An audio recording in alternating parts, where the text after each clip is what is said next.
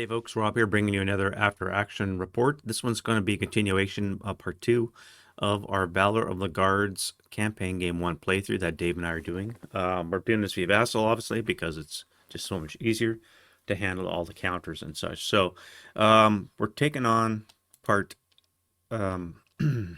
all right, so part 2 is going to consist of turns 3 and 4 complete. We played these over 2 days and just one turn per day because with time constraints and all that. So let's see what is going on. Now this is going to be the German prep fire, or excuse me, rally phase. And you can see here, draw attention to something that's going to happen in the future. So I have a broken Assault 838 with a flamethrower. I really need to get that thing forward into the factory. It's turn 3. Possible game end turn 5, and I don't even have broken units for the Russians inside the factory. So I'm just starting to get to the edges.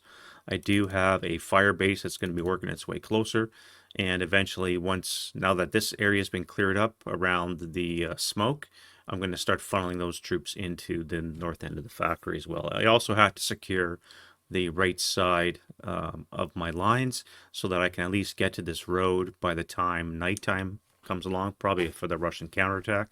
I'm assuming Dave's going to do that, or at least it's always best to plan that way. And the more territory you grab, the easier it is to do your lines. Unfortunately, I've lost my fire base up here in this building. He's dropped an OBA on it, which is going to be a continuation. So they're all broken. My medium and my heavy are not going to fare well. I'll give you that much heads up. And I've started losing units up in the north as well. So we're going to have to retreat a little bit and give up some space. Hopefully we can delay him a little bit longer. All right, so that's my Stuka roll right there. And you can see I rolled 6, which means I get 3. So the Germans have a purchase that you can do for 6 CPP that gives you basically Stukas every turn. You roll a die, have it, rounding down, and you get anywhere from 0 to 3. So I got 3 planes that are going to be coming on for this turn, so that is phenomenal. And now we start looking around for our various rally points. That's the wind change die roll. And then we start rallying my units here. So as you can see, I rolled a boxcar. So my supposed to be in the front lines very soon, 838 is now a half squad.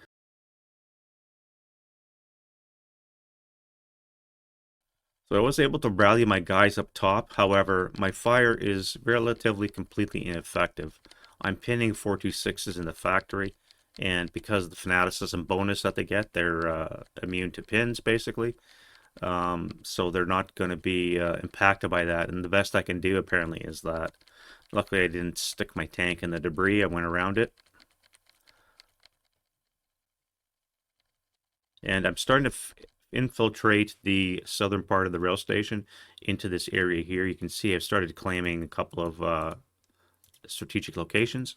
Very important that you claim those and you put your markers down because they're going to help determine your boundaries and perimeters when it comes to the scenario ends. So it's very important that you have these down.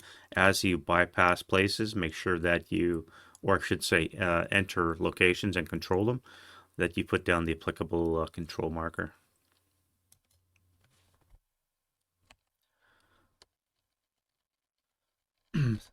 So I move my tanks closer and closer, and I've just realized something else too, is that I have 2 units here that are in holding positions to keep his Russian units from claiming board edge in this area. So they're not going to do any advancing. They're just going to stay there. However, I've realized I've just moved this guy so close now that an assault move here and advance into close combat with my tank, and I might lose my Stug. Luckily, the immobilized T-34 is a poor shot, is not able to shoot this thing, but very susceptible to infantry attacks. No street fighting because I parked here. If I had been parked in this location, then it would be very bad to do that. So make sure you're aware of your street fighting potential. Don't be parking with buildings on either side. Even if you control one side with a unit, you can still get the street fighting ambush bonus on you. And the last thing I want to give the Russian in close combat with the AFV is more bonuses. What a better spot maybe is to put them back here This way I could still fire and keep him farther away, and I'm parked in my own lines. But I didn't do that, so.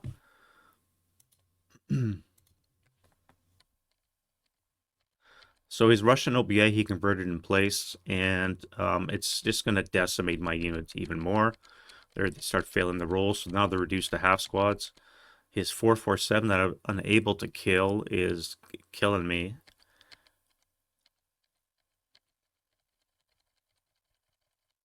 Yeah, there goes the reduction. And we start doing some damage in the center. Wait for my OBA to hit. That's going to be a really good one. I threw a 247 in against a concealed Russian unit, which again is never bad. I should have moved him in the in the movement phase to use him as a scout and then bump the concealment. So he would have lost his concealment. I might have died in the return fire, but at least he would have been unconcealed. And then if I had lived, I could have still tried to jump on, assuming the odds were my favor, which they were not from the get-go. So, yeah, it's going to be not a great close combat for the Germans. You can see my units starting to move in. And I finally get my first toehold in the factory on turn 3.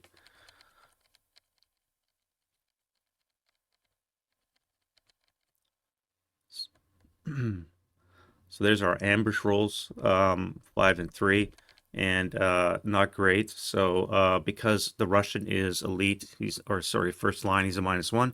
He's concealed as a -2 for ambush, and lets him use hand to hand as a defender, and therefore he just wiped me out. So I lost a half squad for no reason. Will not be the first time, or last time, I should say.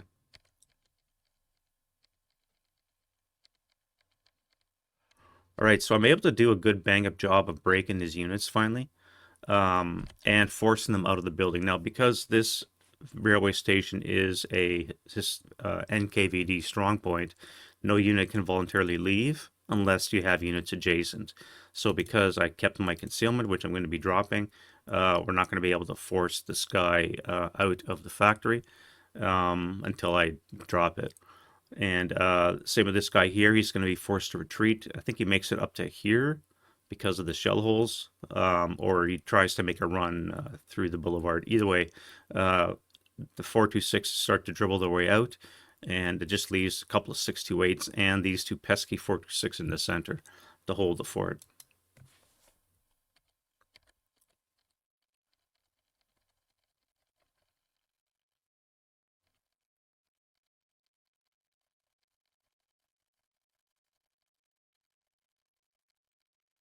So I started using my planes to do a bang-up job, and I end up eliminating a squad that had moved into the road. Luckily, it was going to probably run in and capture these guys or destroy these guys once the FFE had been adjusted and moved.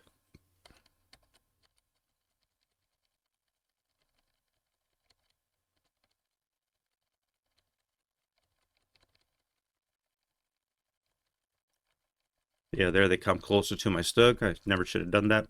There's my 80 mortar. OBA finally lands back on target round with the 1. And unfortunately, I'm unable to convert because it was too far away. I could have attempted to convert, I believe, but it would have been anywhere from 1 to 2 hexes off, and who knows where that's going to be. So, not to mention it was off board. So, because it's off board, you don't have LOS to it, means you have to come back with this spotting round anyway. So. Now I'm going to try and reduce his units inside the railway station with my Stukas. However, my sighting task checks are shit. This one here was an 11.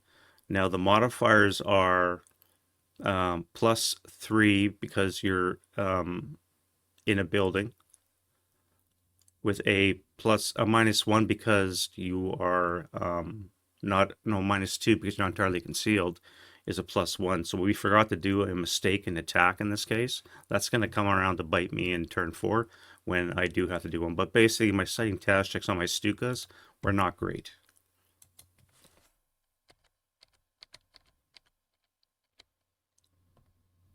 We tried the old-fashioned way, a little bit of shoosting. managed to eliminate broken units, but unfortunately nothing much else. Here we're discovering there's an issue with the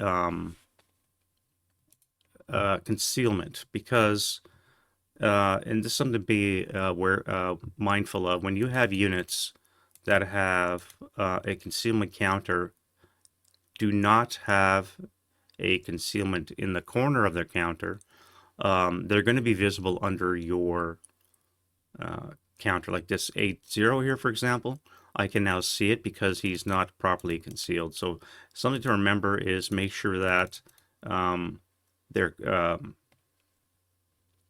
properly concealed, because if you're playing password protected games, which you should be like this one here. See this 426 here is properly concealed, and this 6+1, even though it has a concealment counter on the top left, apparently I can still see it when it should not be the case. So yeah, we discovered a bit of a, I'm gonna say it's a glitch. It's probably our fault, but it was quite easy to pick out what was what mistakenly. When you just hover over it in Vassal, you can just see, oh shit, now I know it's there, even though you normally wouldn't. Could be a dummy stack for all I know. All right, so this is start of turn 4. The German just rolled their Stuka. Again, we get a 5. Half rounded down means I get 2 planes. So we'll bring them in our movement phase. We do some rallying. We finally get some units back. My 838 does a self-rally, and I should say my 338 half squad now, because I rolled boxcars in turn 3, is back in action, and I'm going to be able to get him into the front lines. Unfortunately, I forgot to advance him because he was supposed to end up right here in this location. But he didn't. I left him back here because I forgot to advance him, so derp. And he's got my only flamethrower too, so. Sniper attack's already starting. There's my FFE just going through its paces, and I was able to completely break everything in this unit and this location and keep it suppressed. Now I'm going to be able to get another OBA shortly in the Russian turn 4, and I'll be able to basically eliminate everything that's in this stack.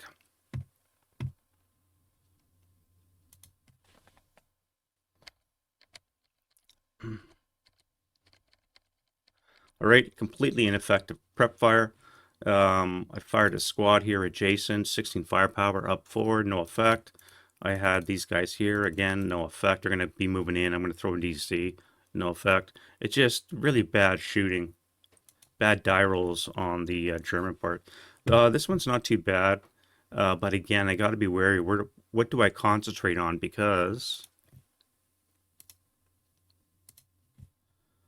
I have Russian units in this location, and I want to help suppress the factory, those 2 locations. So do I fire here or do I fire here? It started to come that kind of a quandary, and because I stupidly lost my half squad here, I have to worry about it being flanked on the side as well. So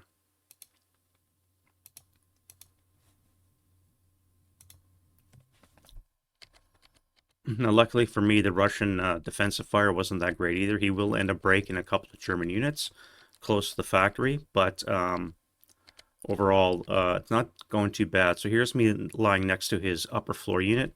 So Dave's going to go into the cellar because I have an OBA covering I-33, which would be a valid route. Or he could have left it completely and gone to H32 and to this location here, which would have been outside the OBA, would have kept him a little safe a little bit longer. But because LOS to certain units, we just didn't make that move. Plus, I told him it would be safer in the cellar because you're gaining protection. You're not vulnerable. Therefore, the FFE would not be able to hit you in the road phase. And the cellar's not a bad spot for Russians to hide, but they can also be death traps if you have no way out, which unfortunately is what's going to happen to those guys.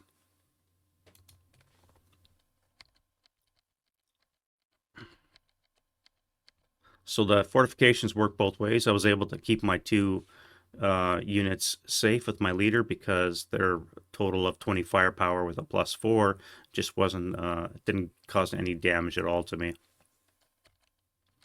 There's my half squad pioneer moving in.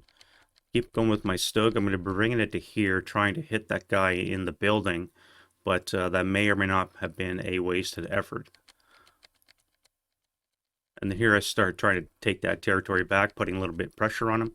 Unfortunately for me, the German or the Russians are going to drop an OBA on us, and theirs is a 120, which is the 24 table, so it's not going to be great.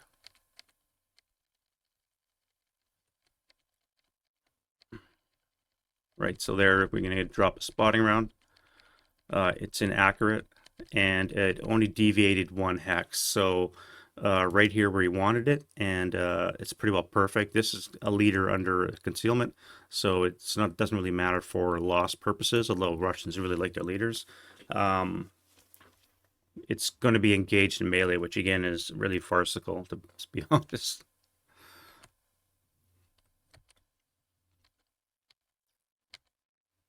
Right, there goes my attack because I'm now pinned when I should be able to get out of an OBA and into that forward building. My plan was to be in this location, secure it, and then I'm able to shoot this 426 in the street. And just help secure this row of rubble that I really like to get under my control. You can see he's making inroads in around me that are going to be very painful for him to deal with. I've only got a half squad left from 2 squads and a leader because of the OBA, and now I'm going to be encircled because of these guys here.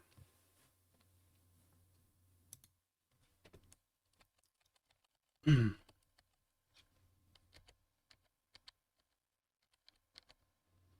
right, we realized later on that there wasn't enough firepower coming our way due to cowering that would have caused an NMC, so therefore, even though I'm encircled, the DM would not apply.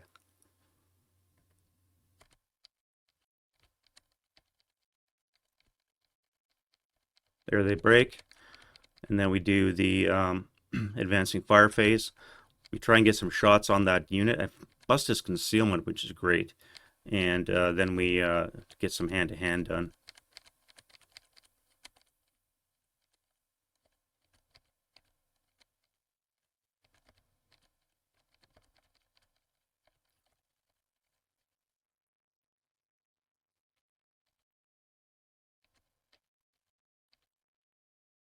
There we go. So I've got a squad in with an 8-0. Should be 4-1 odds. I'm gonna not have any ambush, however, and I roll ridiculously high in the close combat phase to make that roll. I do a shuffle game with my units so I can get concealment back, and then we just claim a little bit more territory and go to close combat. So there's our ambush rolls. The attacker's at 2. The Russian's going to be a -1 for being stealthy, and he gets a 4. So there's no ambush for the German, and I roll a 9. Now it's 4-1 odds, and 4-1 I believe should be a an 8 or less, and I rolled a 9.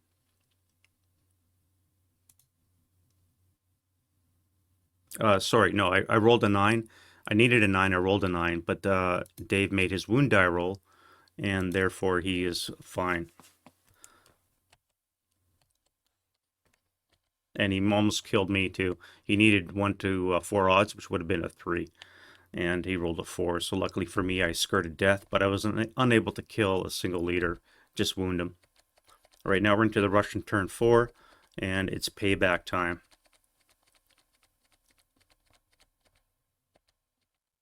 Commissar easily rallies his units that are inside the OBA.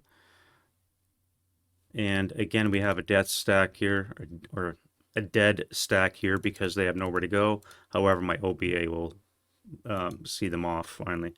And there's Dave's OBA landing right where I don't want it. He converted it to spotting round, and we adjusted 1 hex to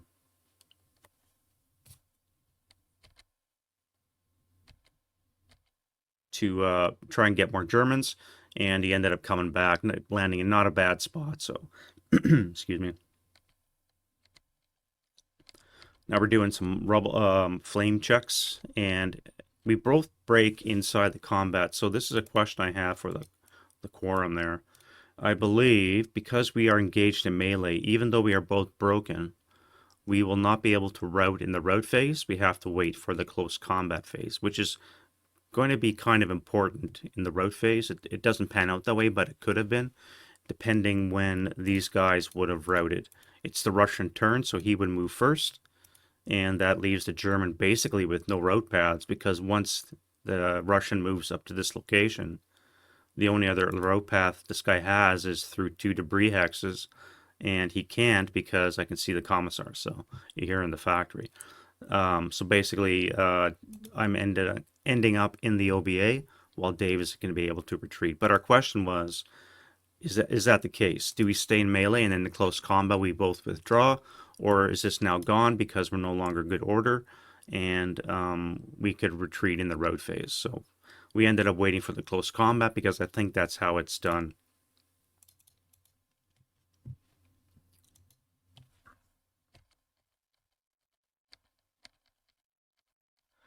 My leader managed to survive. He's hiding in a rail car and he endured the attack. And now we do some advancing fire. So you can see already in the Russian prep fire that here's my unit. This half squad with the flamethrower was supposed to be sitting here so that he could have fired adjacently in the ensuing defending fire phase, and the bit of a debacle that shows up with that. All right, now we're in the movement phase. Dave's starting to move, close the loop, so I decide let's put a Stuka on this guy. And I roll a good sighting task check. I hit him with my guns, which break. So then I move closer on top of him. I fire the bomb, and I roll a 9. So I completely missed with my bomb to hit roll, and therefore that plane's ineffective. So then I think, well, he's really crucial. I don't want 2 squads, I'm assuming there's a squad here, jumping on my guys in close combat, because it's probably 10 to 9. It would have been 1-to-1 odds if you would have used close combat with ambush, potentially because of the -2 and the -1 for being first line. Chances are that I'd be in the real hurt locker in close combat, so I don't want that. So I send my second plane at him. And then, like I said before, the sighting task check comes, bites me in the ass.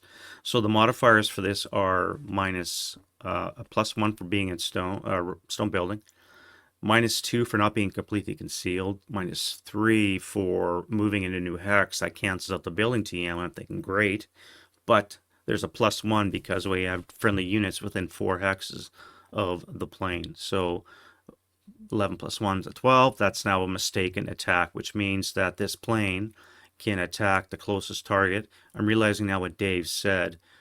He probably should have attacked this one because this is the target.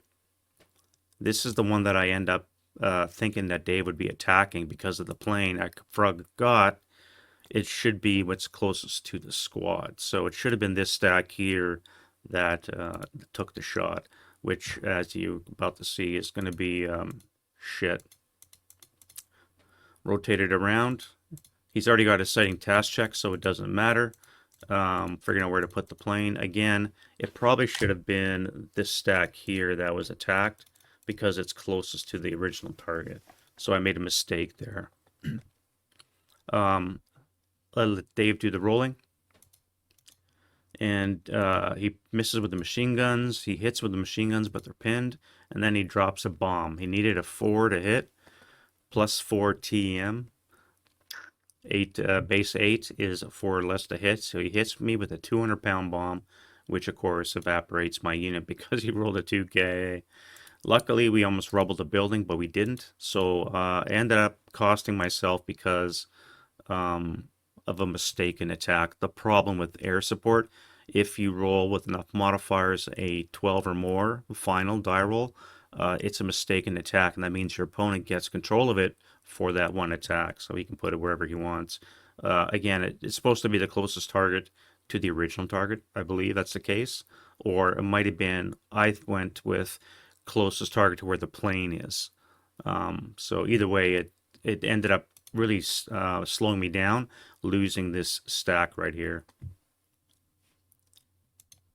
But that's not the worst part, of course. Closing the loop on my encircled broken half squad. And Dave starts claiming land territory as well. So Here we're having a discussion because these guys are not DM'd right now. They would not be able to route because they're in a building. If this unit here dropped its concealment and DM'd them, then they would be able to route. Now, my route destination would be this location here, I-30. And again, this is where sequencing comes into play. Do these guys route in the route phase, or because they're under melee, do they route in the close combat phase? If I would have DM'd this guy, Dave originally shot, but then we agreed it would probably be smarter not to shoot and eliminate them in close combat because they would not get an attack back and you get a -2 to hit them. So that's what ended up happening. However, as an alternate reality, if these guys had been DM'd, I could have made it all the way to II-30 or I-30. I can ignore these guys because they are not known, which would have negated Dave's leader's move in the subsequent close combat phase. So, but we never ended up doing that. We decided it probably makes more sense from a Russian perspective not to DM these guys, just so they can run away.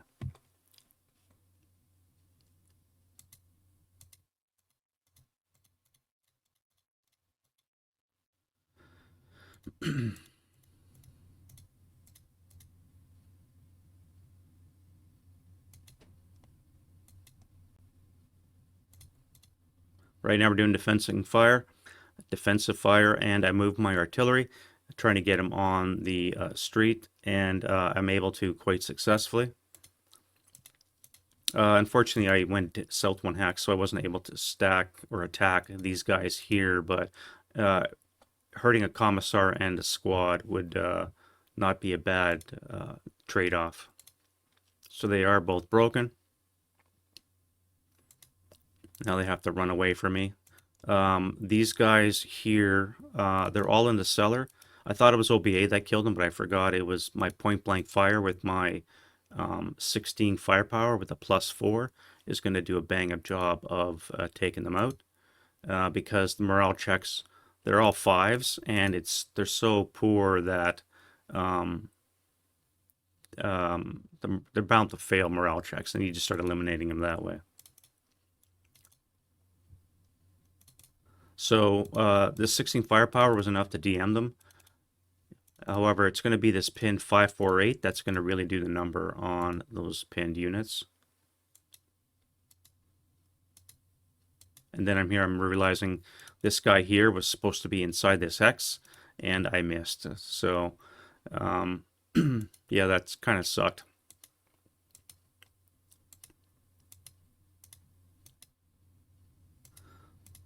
So here I go. I'm going to try and fire 32 firepower. So on the 30 table with a +3, anything but a 12 would be good, and I roll a 12. So my lethal attack, which is supposed to break these guys at a minimum, force them to flee the building, I completely Freddy'd that roll. And compounded by the fact that this 338 should have been in this location, firing its flamethrower at them would have been a 24, not a 12. So really not great. Now I'm going to try and blast him with my flamethrower, and I roll a 10, which means I'm out of fuel. And the morale check with the fanaticism is just not enough to cause any damage to that unit.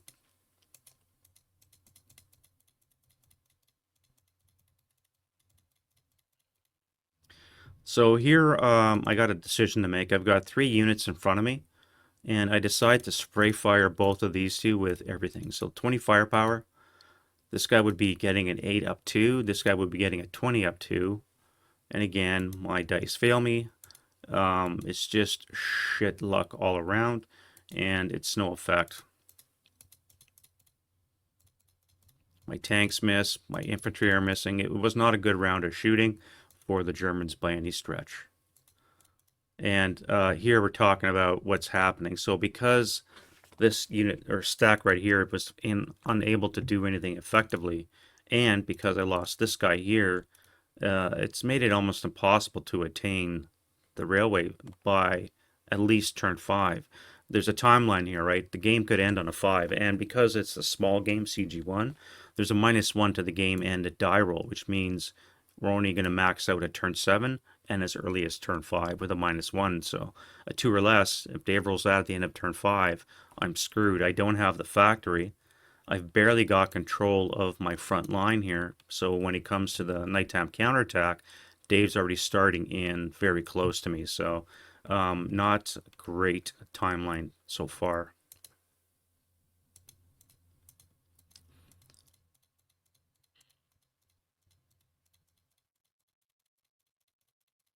At least I was able to pin the 1527 and unable to attack me. All right, so here we are figuring out the what we think should happen is that they wait for the close combat phase to withdraw, and Dave continues on with the rest of his routes.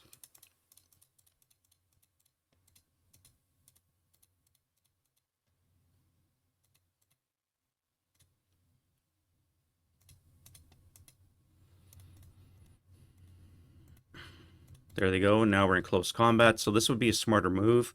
Jumping onto a broken unit, concealed, even if you're a conscript, his modifier is going to be -2 with a +1 for being lax.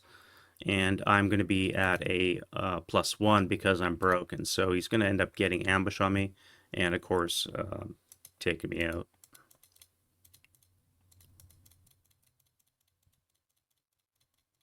We're talking edge boundaries.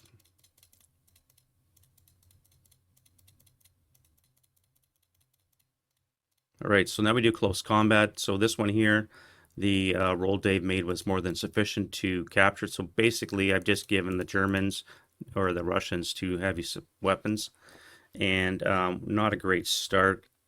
Here we got 2 more combats. Again, he's jumped on a half squad. He's probably going to ambush it if I remember correctly.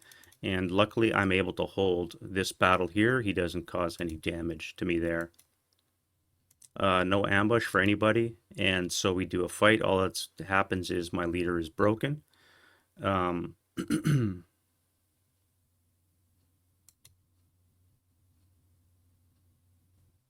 Sorry, my leader is supposed to be wounded. I broke him by mistake.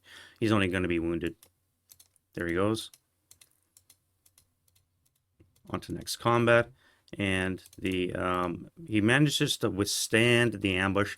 Dave rolled a poor roll and wasn't able to do any damage because there was no ambush. He had a -1 to his roll. It would not behoove him to go hand to hand with a half squad. If you have parity, or if the defender is weaker than you, then it's probably not in your benefit to go hand to hand because it really benefits the weaker guy. He would need a 5 or a 6 rather than needing a 3 to cause any damage. And that is the end of turn 5. So, or the end of turn 4. Now we go into turn 5, and again we have to worry about game and die roll, and my timeline is completely screwed. I should be inside this factory, much more so than just a toehold. I should be reducing at least these top 3 hexes under my control. This was supposed to be under my control. Right now it is. Dave's going to have to reoccupy that, which won't be a problem because my attack force from the south is now engaged in melee instead of being able to break a 628.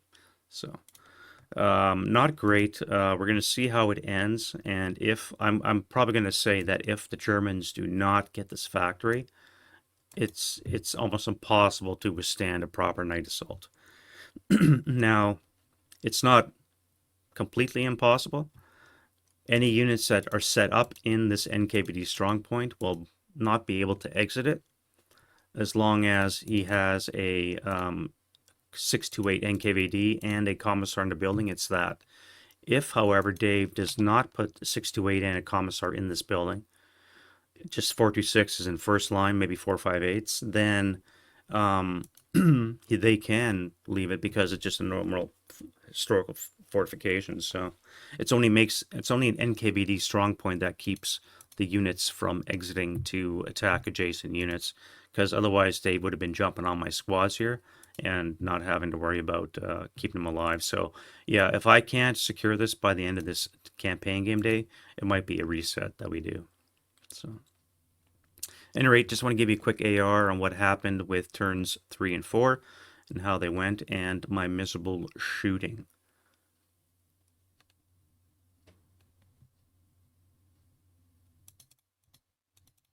Yeah. So next turn, these guys are going to be gone. Failure to route. As long as I get one squad in here, I can sit right on top of him, and I'll put my other squad in I-33, and they will be gone for failure to route. Because I don't think broken units can be kept out. Although I might be wrong on that now that I think about it. I think I may not be able to failure to route them. I think I'm going to have to reduce them, much like a pillbox. I'll have to read into that. But I'm hoping that I can deal with this, at least secure the 2 ground locations. And again, I really need to secure my front line.